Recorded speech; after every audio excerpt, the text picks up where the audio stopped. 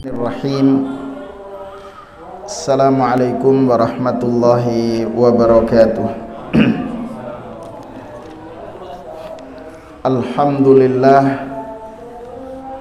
Alhamdulillahilladzi hadana lil Islam wa zayyana al imana fi qulubina wa karraha ilaina al kufra wal fusuqa wal isyan.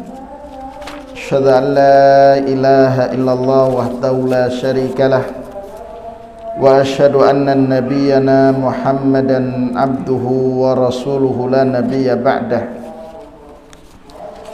Subhanaka la ilma lana illa ma 'allamtana innaka antal alimul hakim.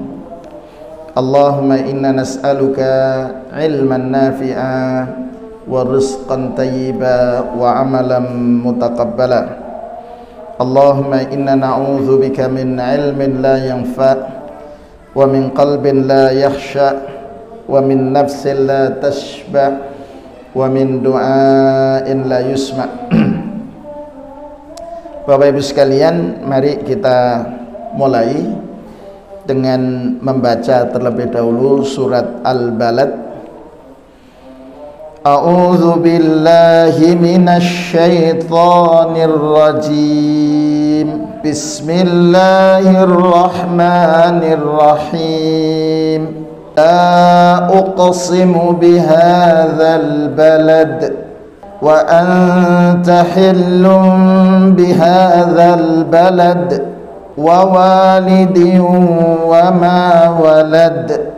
Laqad khalaqnal insana fi kabad ayahsabu an lan yaqdira alayhi ahad yaqulu ahlaktu malan lubada ayahsabu an lam yarahu ahad alam naj'al lahu 'aynayn wa lisanan wa syafatain wa hadainahu najdain falaqtahamal aqabah wa ma adraka mal aqabah fakku raqabah aw it'amun fi yawmin dhi masghabah yatiman dha maqrabah aw miskinan dha matrabah thumma kana minal ladzina amanu wa tawasaw bis sabri wa tawasaw bil marhamah ulaika ashabul maimanah walladzina kafaru biayatina hum ashabul mash'amah alaihim narum muqsadah. Bapak Ibu sekalian yang dirahmati oleh Allah, sekedar mengulang apa yang kita sampaikan pada pekan yang lalu, bahwa surat Al-Balad masuk kategori surah Makkiyah. Makkiyah dalam pengertian bahwa masuk dalam kategori ayat-ayat atau surat yang turun sebelum peristiwa hijrah Rasulullah SAW ke Madinah. Ayat ini atau surat ini dinamakan dengan Al-Balad. Kalau yang disampaikan oleh Syekh Wahbah Az-Zuhaili rahimahullah dalam kitab tafsir beliau, Tafsir Al-Munir, beliau mengatakan summiyat suratul balad Al-Balad, dinamakan surat Al-Balad ini dengan Al-Balad li'anna Allah ta'ala aqsama fi fatihatiha bil baladil haram, karena Allah subhanahu wa ta'ala bersumpah di awal atau di permulaan suratnya, permulaan ayatnya dengan Al-Balad Al-Haram, yaitu Makkah. Dan ini kata beliau terdapat tasyrif, pemuliaan, syarafuhu bil baitil atiq, kemuliaan Mekah itu karena di situ terdapat Baitullahil Haram. Yang kedua, kiblatan lil muslimin, bahwa Baitullahil Haram menjadi kiblatnya seluruh umat Islam. Dan yang ketiga, kata beliau, ta'ziman li sya'nih, sebagai bentuk pengagungan Allah terhadap Baitullahil Haram, terhadap Makkah Al-Mukarramah. Itu. Kemudian Bapak Ibu sekalian,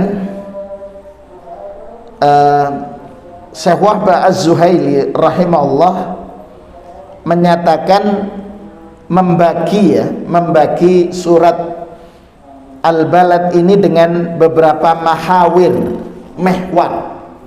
Mehwar itu jamak dari mahawir. Jamaknya mahawir. Apa maknanya? Fokus dari pembicaraan atau yang disampaikan oleh Allah Subhanahu wa ta'ala. Yang pertama, beliau membagi mehwar atau kandungan, ya, muhtawa. Kalau kandungan dari surat Al-Balad ayat 1 sampai ayat 4 berarti dimulai dengan la uqsimu bihadzal balad wa anta hillum bihadzal balad wa walidi wa ma walad laqad khalaqnal insana fi kabad. Ya, kata beliau, mehwar dari hadis ini, ayat ini adalah ayat 1 sampai 4 membahas beberapa topik utama. Yang pertama adalah, kata beliau, al-hadits an sa'adatil insan. Jadi ayat ini berbicara tentang kebahagiaan manusia, ya.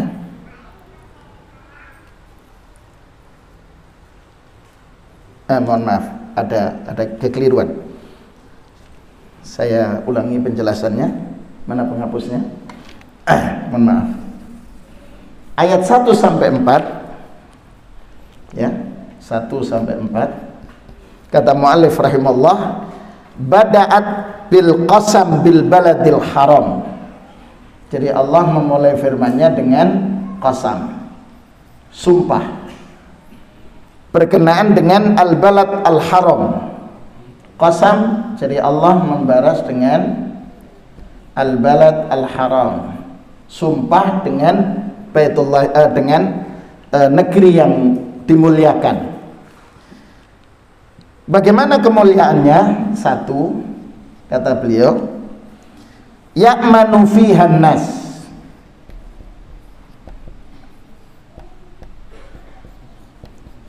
manusia merasa aman dengan Baitullahil Haram. Ya'manu fiha an-nas. Ya. Bagaimana amannya? Karena ada larangan an-nahyu anil qital. Tidak boleh berperang di wilayah Mekah, wabil khusus Baitullahil Haram. Yang kedua, tanbihan ala izami qadriha. Allah menggunakan bersumpah dengan balad al-haram sebagai tanbih, sebagai pengingat. Tanbihan ala izamiha, izami qadriha. Jadi Allah bersumpah dengan baladul haram karena memang keagungan dari Baitullahil Haram, Makkah, yang dikatakan sebagai Ummul Qura, Ummul Qura wa man haulaha. Begitu.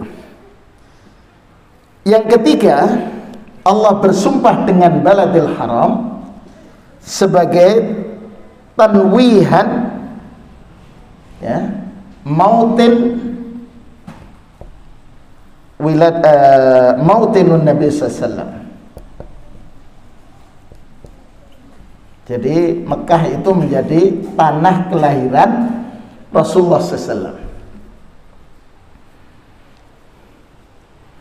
Dan yang terakhir Allah membahas di Baitullahil Haram dalam ayat 1 sampai 4 ini berkenaan dengan tahrimul idza. Tahrimul idza fihi. Larangan kita untuk mengganggu siapapun yang ada di Baladil Haram. Jadi ini yang pertama. Kemudian ayat berikutnya, mohon maaf ini sampai di sini. Jadi 1, 2, 3 ya. 3, mohon maaf. Ayat yang kedua, ayat berikutnya, laqad khalaqnal insana fi kabad ayahsabu alla yaqdira alaihi ahad yaqulu ahlaktu malal lubada. Ini berarti ayat berapa? 4, 5, 6, terus ayahsabu allam yarahu ahad. Berarti 7, nggih. Jadi mulai ayat 4 sampai 7 tentang al-ahbar an khuluqin dzamimin fil insan. Jadi ayat ini berbicara tentang khuluqin dzamim fil insan. Perilaku buruk yang ada pada manusia, akhlak yang buruk. Ya. Yang pertama, apa akhlak buruknya? Ini. Akhlak buruknya kalau saya boleh tulis di sini, al-iqtirar bi quwwatihi. Iqtirar bi quwwatihi. Tertipu dengan kekuatan fisiknya. Manusia itu tertipu dengan kekuatan fisiknya. Coba jenengan cermati ketika Allah menuturkan kisah Qarun, gitu. Qarun dengan seluruh kelebihan yang Allah berikan, sampai kemudian menjadi seorang yang kaya raya, dia mengatakan hadza min amali. Saya kaya ini karena kerja keras saya. Begitu. Ya. Itu karakter. Jadi di sini Allah menjelaskan tentang manusia tercela. Siapa itu? Al-iqtirar bi quwwatihi. Tertipu dengan kemampuan fisiknya. Ya. Karenanya itu ditunjukkan oleh masyarakat Quraisy saat itu dengan mu'anadatul haq, melawan kebenaran yang dibawa oleh Rasulullah SAW. Padahal Rasulullah adalah orang yang tidak ada celah dari sisi akhlak, tidak ada celah sedikit pun. Dari sisi nasab tidak ada. Rasulullah dikatakan as-sadiqul masduq, orang yang jujur dan sabdanya dipercaya. Tapi ini yang membuat orang-orang Quraisy akhirnya mu'anadatul haq, menentang kebenaran, merasa mereka mampu, gitu. Kemudian berikutnya yang mereka lakukan takdzibur rasul, mendustakan Rasul. Jadi tidak hanya melawan, tapi juga mendustakan seruan dakwah Rasulullah SAW. Sampai-sampai Abu Lahab mengatakan, alihadza jama' tanah. Apakah untuk ini kamu kumpulkan kami, para pembesar Mekah, para tokoh Mekah, gitu. Kemudian di sini al-iqtirar, mereka tertipu dengan kekuatannya dari sisi kekuatan al-mal di sini. Kalau tadi ini lebih kepada fisik, termasuk kekuatan dari sisi kekuasaan. Berikutnya al-iqtirar dari sisi al-mal, al-iqtiraru bil mal, tertipu dengan harta. Sampai-sampai mereka mengatakan yaqulu ahlaktu malal lubada, kami sudah menginfakkan harta kami, tapi harta ini mereka habiskan kemana? Fi wujuhil mafasid wal wasyurur. Jadi hartanya digunakan untuk kerusakan dan kejahatan, keburukan. Diinfakkan hartanya. Tapi semuanya, jadi mereka mengatakan yaqulu ahlaktu malal lubada. Begitu. Tapi semuanya dalam wujuhil mafasid wasyurur, dalam keburukan. Itu yang dilakukan oleh mereka. Yeah. Kemudian nanti kita akan detailkan. Berikutnya ayat yang ke-8 sampai 10. Yeah. Ayat 8 sampai 10. Ya. Saya ingin sampaikan di sini, ayah sabu alam yarahu ahad. Mereka menduga seluruh apa yang mereka lakukan tidak dilihat oleh Allah, padahal Allah mengetahui. Ya. Di ayat yang ke-8 Allah mengingatkan, mulai ayat 8 itu tadzkirul insan bini amillah. Jadi ayat ke-8 sampai 10 ini Allah mengingatkan manusia tentang nikmat-nikmat yang Allah anugerahkan kepada manusia. Apa itu? Alam naj'al lahu ainain. Bukankah kami menjadikan, jadi menjadikan untuk manusia dua mata? Mereka akan menyatakan ayah sabu allayyaqdira alai ahad. Tidak ada yang mampu, padahal kata Allah, bukankah kami? Makanya di sini alam naj'al ini diistilahkan dengan istifham takriri litaubih, ya. Al istifham di sini pertanyaan tadi litaubih, untuk memperburuk citra mereka. Alam naj'al lahum ainain, bukankah kami, kata Allah, yang menjadikan untuk al-insan ainain, dua mata. Jadi nikmat Allah yang pertama adalah al-ainain. Yang kedua walisanan wasyafatain. Yang kedua adalah lisan. Yang ketiga adalah syafatain, bibir.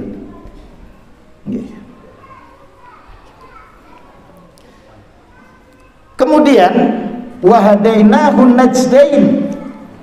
Kata Allah, di sini Allah memberikan nikmat berupa at-tariq, yaitu tariq al-khair, tariq ilal khair, dan tariq ila syarr, jalan. Bukankah kami, pertanyaannya, alam naj'al lahu ainain? Kita ulangi lagi, alam naj'al lahu lisanan wa syafatain? Alam naj'al lahu alam naj'al alam hadainahu najdain? Bukankah kami telah memberikan kepada manusia dua jalan, tariqal khair? Dua jalan ini diistilahkan dengan hak memilih. Jadi Allah memberikan hakul ikhtiyar, hak memilih bagi manusia, lil insan. Nah, hakul ikhtiyar bagi manusia ini dengan Allah berikan kepada manusia apa? Al-aqlu, akal. Yang kedua al-fitrah. Jadi Allah mengingatkan kepada tadzkirul lil insan, Allah mengingatkan kepada manusia tentang nikmat yang Allah anugerahkan. Yang pertama adalah 2 mata, lisan, kemudian 2 bibir. Kan tidak ada bibirnya cuma 1, gitu? Tidak ada. Ada tuh? Tidak ada kan? Tidak ada orang yang bibirnya 1 di atas tok. Kan ngeten? Gitu. Kemudian Allah memberikan kepada manusia 2 jalan. 2 jalan ini berarti hakul ikhtiar lil insan. Allah memberikan hak memilih bagi manusia. Apakah memilih ke jalan yang khair atau memilih kepada jalan yang syarr. Nah, untuk membedakan itu Allah anugerahkan kepada manusia al-aqlu, akal. Karena itu kalau manusia tidak menggunakan akalnya untuk mencari kebenaran, maka tidak jauh beda dengan binatang. Kemudian yang kedua, Allah berikan hakul ikhtiar kepada manusia dengan fitrah yang Allah berikan pada manusia. Fitrah dasar manusia di samping beriman. Yang kedua, fitrah dasar manusia itu hubbul khair, senang kepada kebaikan. Itu fitrah yang Allah berikan kepada manusia. Di samping fitrah keimanan, yang kedua hubbul khair, cinta dengan kebaikan, termasuk hubbun nadzafah.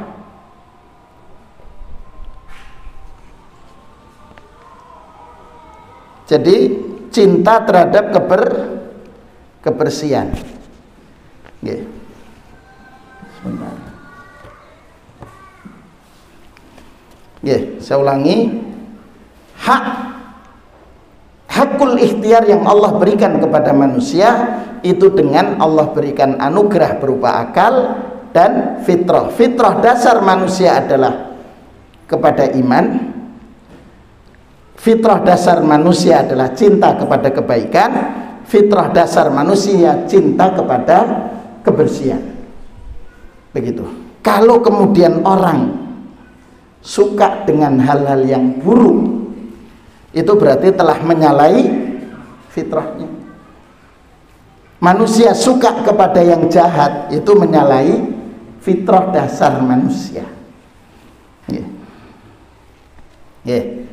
Sekarang lanjutannya ayat yang ke-11 sampai ke-18 itu Allah ingin menjelaskan kepada manusia ma ya'tariduhu. Jadi bayan ma ya'tariduhul insan. Yang pertama, penjelasan tentang sesuatu yang nanti akan menghalangi manusia atau yang akan dialami oleh manusia. Apa itu? Al-ahwal, wal masaib. Jadi manusia itu pasti akan menghadapi musibah, kesulitan, wabil khusus pada hari kiamat. Nanti kita falak tahamal aqabah, per ayat nanti kita jelaskan. Wa ma adraka mal aqabah, fakku raqabah au it'amun fi yaumin dhi masghabah. Yang kedua, di dalam ayat mulai ayat 11 sampai 18 ini menjelaskan tentang tariqal ikhtiyar. Tariq yang kedua, mohon maaf, bayanun lil insan an tariqin najah, jalan keselamatan. Apa jalan keselamatan? Iman. Kemudian tawasau bis sabr wa tawasau bil marhamah. Kemudian di sini juga atau infak ya. Dimulai dari ini, fakku raqabah, memerdekakan budak. Jadi Bapak Ibu sekalian, Allah menyatakan falak tahamal aqabah. Jenengan pirsa al aqabah itu. Aqabah itu gunung. Asal maknanya gunung yang tinggi, Jabal Murtafi' ya. Jadi dikatakan, saya kutip baca, fihi isti'aratun hadzal amal asyab ala nafsi min haitsu badlil mal. Tashbihu bil aqabah, Allah kemudian menyerupakan kesulitan ya, jalan yang sangat sulit untuk mengantarkan kebahagiaan itu dengan al-aqabah. Al-aqabah ini al-jabal al-murtafi', asal artinya gunung yang tinggi. Lah, ketika gunung itu tinggi, otomatis terjal jalannya. Gitu? Wa huwa ma sa'uba minhu wa fihi tariqul wa'ri fil jabal. Ustu'ira lil a'mal as-salihah dzata masyaqqah. Untuk menuju kepada kesuksesan yang tadi dijelaskan tentang sa'adah, kesuksesan. Untuk menuju kesuksesan itu butuh mujahadatun nafsi, kesungguhan. Ada yang pernah daki gunung ya? Maksud saya gunung ketika kalau di sini kan biasa nih, banyak rerumputan, banyak pohon, kan ngaten, untuk para pendaki gunung. Tapi kalau jenengan cermati gunung yang ada di Mekah, bukan Mekasen, Mekah ya, di Mekah, misal ke Gua Hira saja ya, ke Gua Hira itu seingat saya kalau tidak salah nih, saya kalau tidak salah menghitung itu ada 720 tangga ya, lebih tinggi dari Gunung Bromo gitu ya. Kemudian salah satu yang menarik kalau menuju ke Gua Hira itu ya, yang menarik, hampir setiap jalan yang kalau kita mau melintas di situ selalu ada ketek, kera nggih, kera. Cuman anehnya kera itu yang di sana, jadi kalau kita bawa roti kemudian kita potong rotinya, kita potong, dia tidak mau ambil, tidak ambil Pak, jarang diambil, tinggal. Tapi kalau kita kasih utuh, roti itu utuh, nah itu dia ambil. Setelah itu teman-temannya datang, dibagi Pak. Itu kalau tidak percaya nanti ke sana atau umroh bersama saya nanti. Oh nggak tahu. Pisang saja kita makan, kita akan ngasih mau separuh kemudian ke atas, enggak, dia enggak ambil. Tapi kalau kita kasih satu, diambil, dibuka, dibagikan, Mas Yan, dikasihkan. Itu menariknya di sana begitu. Ya, kera aja bisa berbagi. Lah kok manusia dapat rezeki itu rebutan kemudian tidak mau berbagi itu? Berarti kan lah lebih berpendidikan.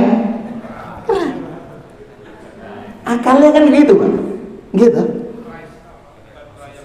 Dalam kira Islam. Karena ada di Mekah gitu ya. Nggih. Kira Yahudi rakus. Nggih. Maksud saya ketika kita menuju ke sana itu butuh tenaga ekstra. Tidak hanya fisik, tidak hanya tenaga fisik saja yang kita persiapkan, tapi juga hati-hati terhadap jalan. Begitu. Karena kalau kepreset wassalam sudah. Gitu. Karena semuanya berbatuan. Kalau di tempat kita, gunung-gunung kita itu masih banyak pepohonan, rerumputan begitu ya. Kalau di sana tidak ada. Sudah bebatuan semua, full. Ya. Jadi seperti itu.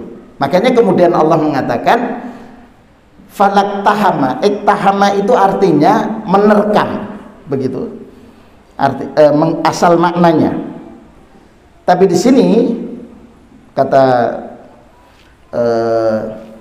Syekh Wahbah Az-Zuhaili, ustu'ira digunakan kata falak tahamal aqabah. Di sini sampai di sini itu untuk menunjukkan fihi isyaratun limujahadatin nafsi, bahwa untuk memperoleh kebahagiaan itu butuh kepada mujahadah, kesungguhan, pelipat gandaan. Karena itu Allah menyatakan walladzina jahadu fina lanahdiyannahum subulana dalam surat Al-Ankabut. Ya. Apa itu jalan kebahagiaan itu? Fakku raqabah. Fakka yafuku itu melepaskan, raqabah perbudakan, artinya memerdekakan budak. Itqur raqabah, memerdekakan budak. Memerdekakan budak itu berarti harus punya harta, kan kata Bilal bin Rabah ketika ditemukan oleh Abu Bakar di saat mendapatkan penyiksaan dari Umayyah bin Khalaf, kemudian ingin dimerdekakan, maka yang dibayarkan oleh Abu Bakar adalah senilai berat badan Bilal bin Rabah, nilai uang dirhamnya itu. Jadi kalau beratnya 35-40 kilo, Mas Nur berapa? Lupa ya. Nah, kalau seperti saya kurang lebih 75. Nah, kalau 75 berarti 75 kilo nilai dari dirhamnya itu. Makanya kan bapaknya protes, kenapa kau keluarkan itu untuk membayar itu, begitu ya, melalui ibunya. Nah, yang kedua, karena itu Allah menggunakan kata al-aqabah, falak tahamal aqabah, karena memang meraih kebahagiaan itu perlu mujahadah, memerdekakan budak. Yang kedua, au it'amun fi yaumin dzi masghabah, kemudian memberi makan di saat dalam kondisi sulit. Misal Pak, ya, di saat seseorang, contoh sederhana ya, contoh sederhana ya. Masa-masa paceklik ya, masa-masa paceklik ya. Di saat masa-masa paceklik, persediaan sembako di rumah kita itu hanya bertahan 7 hari. Nggih, ini misal. Nunggu gajian masih lama, nunggu panen juga masih lama. Dalam kondisi seperti ini, tiba-tiba kita kedatangan tamu di rumah kita, dan jumlah tamunya, jadi bermalam di rumah kita jumlah tamunya 10 orang. Nggih, 10 orang. Kira-kira saat itu kemudian menyatakan diri, kami bermalam di rumah sini selama 3 hari. Nggih. Coba gimana itu? Kita akan sulit, gitu kan? Makanya Allah menggunakan bahasa falak tahamal aqabah, ibaratnya menembus gunung. Jadi perlu kesungguhan, perlu kekuatan iman. Ya. Yatiman dza maqrabah, juga memberikan kepada anak yatim yang ada hubungan kerabat dengan kita. Au miskinan, atau memberikan kepada orang miskin, begitu. Jadi Bapak Ibu sekalian, Allah menjelaskan tentang bayan lil insan antarikin najah.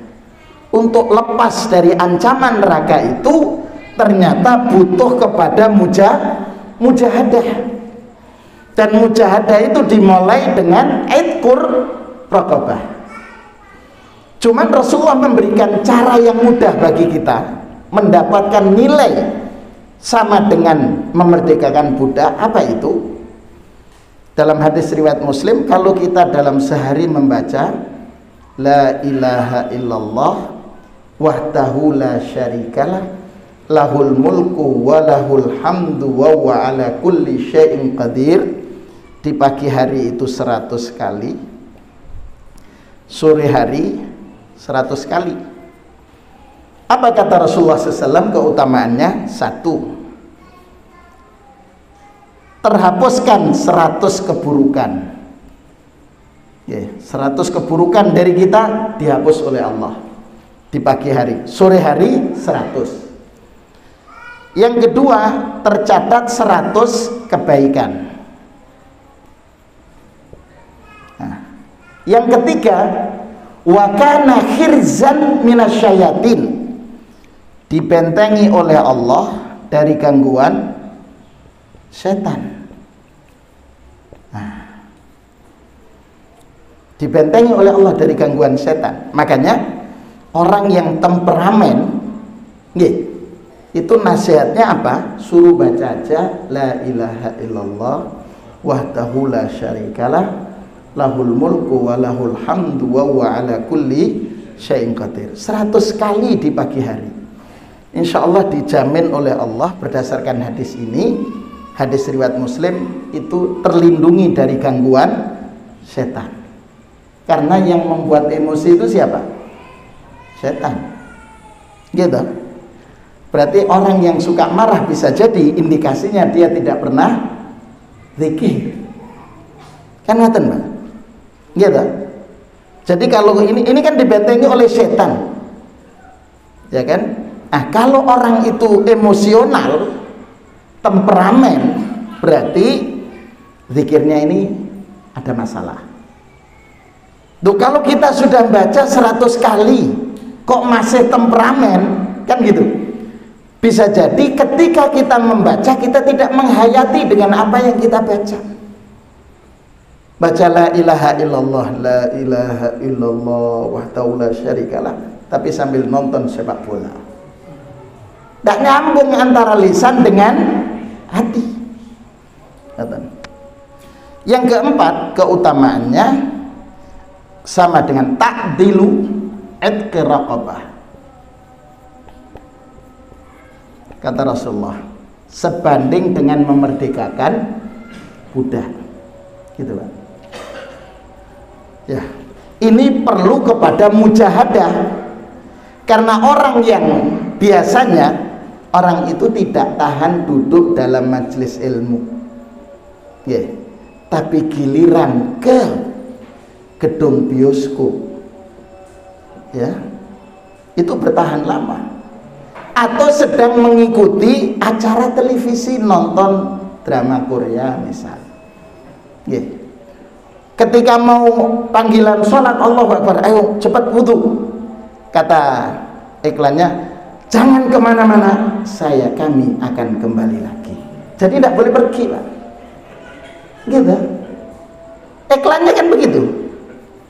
Ya. Jadi kita kembali. Yang kedua, Bapak Ibu sekalian, jadi perlu mujahadah. Kemudian it'amun fi yaumin dzi masghaba, memberi makan di saat kita dalam kondisi sulit secara finansial. Makanya ciri atau karakter orang yang bertakwa itu adalah yunfikuna fis sarra'i wadh-dharra. Allah kan dalam hadis qudsi itu mengatakan, ada orang yang tidak mengunjungiku, kata Allah dalam hadis qudsinya. Bagaimana kami menjengukmu ya Rabb? Dia mengatakan, hambaku sedang sakit, engkau tidak menjenguknya. Nah, ini berarti ada catatan di situ. Kemudian Bapak Ibu sekalian, yatiman dza maqrabah, memberikan makan kepada anak yatim, apalagi kerabat, au miskinan dza matrabah, orang miskin yang dalam kondisi fakir ya, kondisi sulit. Berikutnya Bapak Ibu sekalian, matrabah itu berada dalam kefakiran. Ayat berikutnya, tsumma kana minal ladzina kafaru. Saya ingin kembali kepada ayat.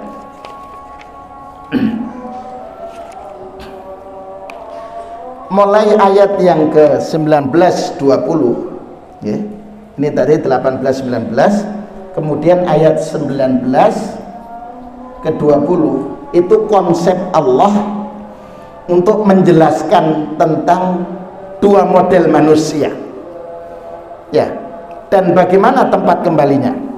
Itu ayat yang ke-19 20. Kalau di sini dikatakan oleh muallif, tawdihu manhajil asqiya'il fujjar wa ahli shimal wa masiruhu.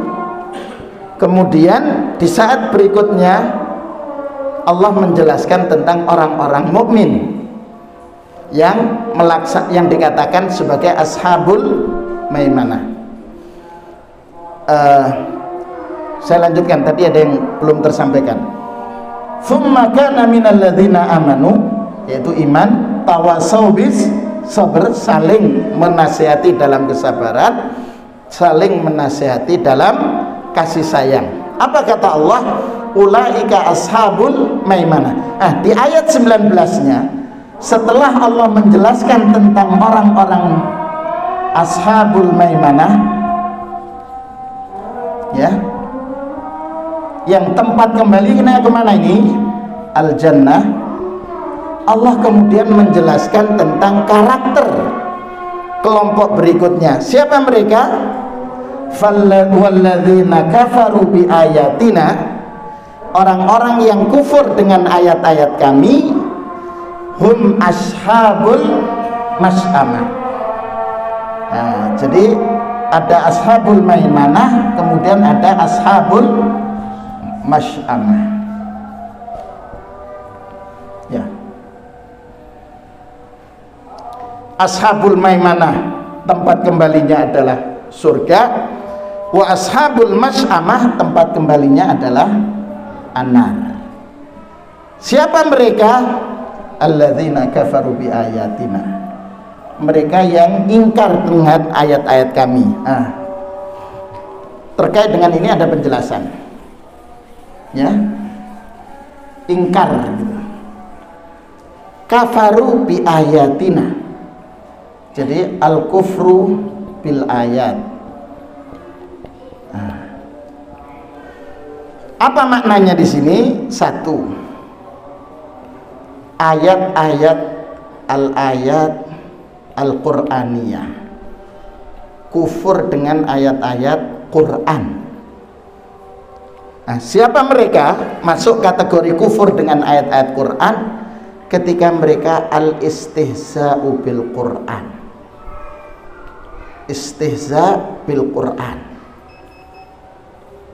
ya. Contohnya dulu tahun 92 itu ada pemilu nggih Pak, ingat tahun 92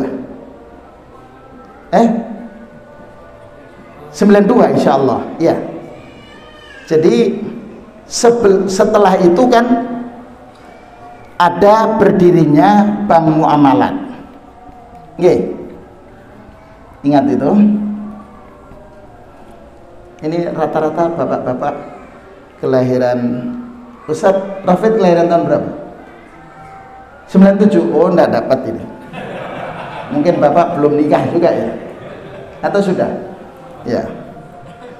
Jadi tahun 90, mulai akhir 90 awal 90 91 itu mulai ada sisi presiden, dalam hal ini Pak Harto itu dekat dengan umat Islam, sehingga saat itu ada jenderal namanya Kiflan Zen, kemudian anak buahnya Syafri Samsudin, kemudian ada kasatnya itu orang Madura, ya, ibunya itu tokoh Aisyah, Jenderal R. Hartono, gitu ya. Saya kebetulan waktu itu menjadi anggota komunitas Madura di Jakarta. Padahal ayah saya dari Sukoharjo Solo, ibu dari Kebumen. Tapi ketika di Jakarta ikut bergabung dengan komunitas Madura, ketuanya Jenderal R. Hartono waktu itu. Saat itu muncul namanya Bank Muamalat. Jadi yang kemudian hasil pemilu 92 itu kabinetnya diistilahkan dengan kabinet ijo royo ya. Jenengan masih ingat? Enggak ya? Saya ingat. Tapi ini plesetan, Pak.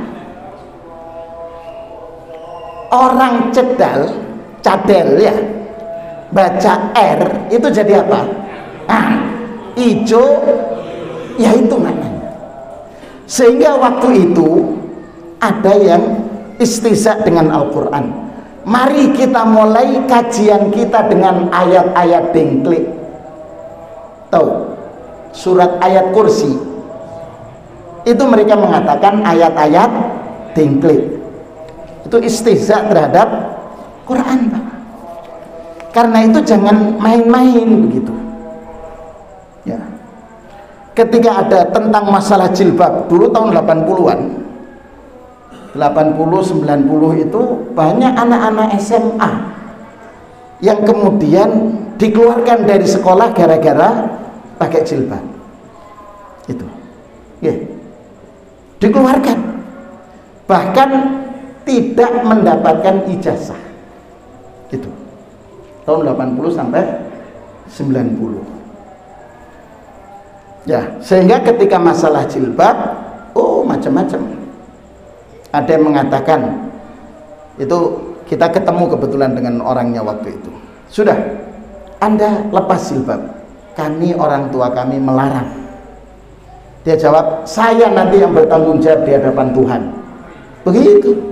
Sampai seperti itu. Ya. Itu termasuk al-istihza dengan ayat-ayat Quran. Termasuk juga bagian istihza bil Quran itu ketika mereka misal, insya Allah kalau nanti silahkan cari hari Ahad tanggal 18 November tahun 2001 itu ada koran ya, kajian Utan Kayu. Penulisnya saudara Ulil Absor Abdallah. Penulisnya itu.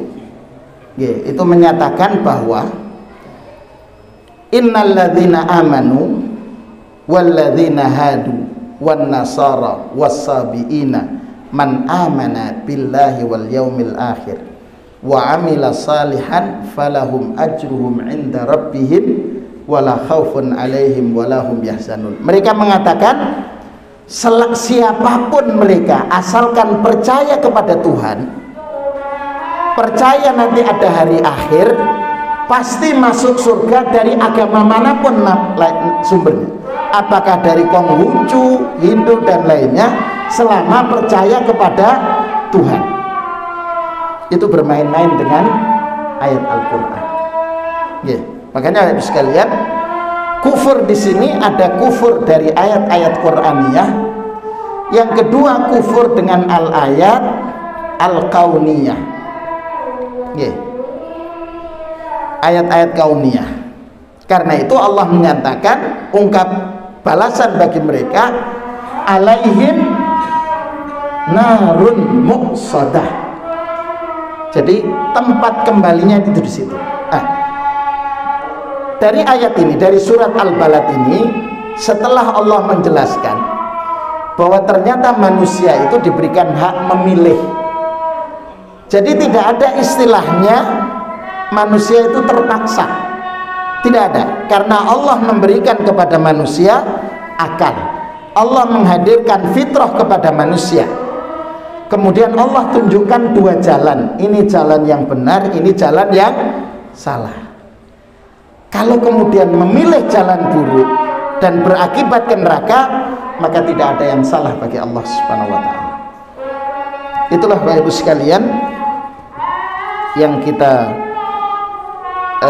bisa sampaikan. Mungkin saya ingin tutup terkait dengan menjelaskan tentang saya kutip aja penjelasan dari Syekh Wahbah Az-Zuhaili mulai ayat ayahsabu allam yarahu ahad alam naj'al lahu ainain. Saya bacakan saja. Munasabah ba'da taubihil insan wa dhammihi ala taba'i' gharibah wa ajibah. Jadi setelah Allah menjelaskan tentang buruk, perilaku buruk pada manusia, ya, aqamallahu ta'ala ad-dalil ala kamali qudratihi. Allah menunjukkan bukti akan kesempurnaan Allah Subhanahu wa Ta'ala bikhalqil a'yun. Allah menciptakan mata, wal lisan, wasyafatain, wal aqlal mumayyiza, akal yang bisa membedakan bainal khair wasyarr. Wa manahahu al khiyara lil insan. Kemudian Allah memberikan kepada manusia kebebasan untuk memilih, liyuthbita dzatiyatihi, untuk memastikan, mengokohkan kepribadiannya, ya. Kemudian dari sisi fiqhul hayah, Allah menyatakan alam naj'al lahu ainain wa lisana wa syafatain wa hadainahu najdain. Kata beliau, at-tadhkiru bi ni'amillah 'alal insan minal basar wan nutqi wal jamali wal aqli wal fikril mumayyiz. Jadi Allah Subhanahu wa Ta'ala mengingatkan kepada kita bahwa nikmat Allah itu banyak, mulai penglihatan, kemampuan kita berbicara, keindahan dan lain sebagainya. Hadhihin ni'am, seluruh nikmat-nikmat ini taqtadi asyukra 'alaiha, wajib kita syukuri. Dengan cara apa? Al-isti'dadu lin-najah, kita mempersiapkan diri untuk menyelamatkan diri fil akhirah, supaya ketika di akhirat supaya meraih kebahagiaan. Dengan cara apa? Kata beliau, bil imani wal amalis salihi asyamil, dengan iman dan beramal soleh yang mencakup, dengan mencakup at-tawasi bis sabr, saling menasihati dalam kesabaran, sabar alat takalif asyariyah, sabar dengan beban-beban syar'i, tugas-tugas amanah-amanah yang harus kita kerjakan, bita'atillah, ya, untuk senantiasa berada dalam ketaatan, dan sabar untuk menahan diri dari bermaksiat kepada Allah. Wattawasi birrahmah alal khalqi, saling menasihati dengan penuh kasih sayang. Jadi semangatnya ketika kita menasihati adalah semangat kasih sayang. Makanya hari Kamis yang lalu Ustaz Abu Muslih, ya, itu menyatakan bahwa di antara bentuk kasih sayang, ya, rahmah, yang kan membahas tentang ada di situ usulul thalathah yang lalu itu kan. Nah, itu kan beliau menjelaskan tentang apa namanya, berusaha untuk menghindarkan diri dari kemaksiatan dengan menasihati seseorang lain dengan kesabaran, tapi didukung dengan bahasa yang lembut, bahasa kasih sayang. Jangan, yang kita benci itu adalah keburukannya dan bukan orangnya, karena bisa jadi orang itu masuk Islam. Seperti contoh sederhana, ketika siapa yang memusuhi Islam? Ada Abu Sufyan, ada Hindun, gitu. Itu memusuhi Islam. Tapi ketika peristiwa Fathu Makkah, kemudian mereka menyatakan diri masuk Islam. Begitu. Jadi yang kita benci adalah kemaksiatannya, bukan pribadinya. Bisa jadi dengan pendekatan orang itu kembali kepada Allah Subhanahu wa taala. Inilah barangkali beberapa hal yang kita sampaikan dalam surat Al-Balad. Mudah-mudahan gambaran yang Allah hadirkan ini kita bisa bertambah keimanan kita bahwa kita memilih jalan yang terbaik, dan untuk meraih kebahagiaan itu perlu mujahadah, perlu kesungguhan, dan perlu untuk saling ta'awun alal haq. Mudah-mudahan Allah Subhanahu wa taala menguatkan kita dan mengistiqomahkan kita dalam ketaatan kepadanya, dan mudah-mudahan Allah Subhanahu wa taala menghindarkan kita dari terjerumus dalam kemaksiatan. Mudah-mudahan Allah Subhanahu wa taala menjadikan apa yang Allah titipkan kepada kita berkenaan ilmu, harta, dan waktu, betul-betul Allah bimbing kita untuk menggunakan harta kita pada jalan yang Allah ridhai. Waktu yang Allah berikan kepada kita mudah-mudahan menjadi waktu yang membawa keberkahan dalam kehidupan kita. Harta yang Allah titipkan mudah-mudahan menjadi harta yang juga mengantarkan ketaatan kita kepada Allah Subhanahu wa taala, membawa keberkahan dalam rumah tangga kita. Rumah tangga kita Allah jadikan menjadi rumah tangga yang sakinah, mawaddah, warahmah. Putra-putri kita dijadikan oleh Allah menjadi putra-putri yang saleh dan salihat, yang senantiasa ikut terlibat dalam kebaikan dan amal-amal khairi lainnya. Dan mudah-mudahan Allah mengantarkan kita semua menjadi orang-orang yang memperoleh husnul khatimah. Amin, amin ya rabbal alamin. Kita akhiri majelis ini dengan sama-sama membaca doa kafaratul majelis. Subhanakallahumma wa bihamdika asyhadu an la ilaha illa anta astaghfiruka wa atubu ilaik. Walafu minkum. Assalamualaikum warahmatullahi wabarakatuh.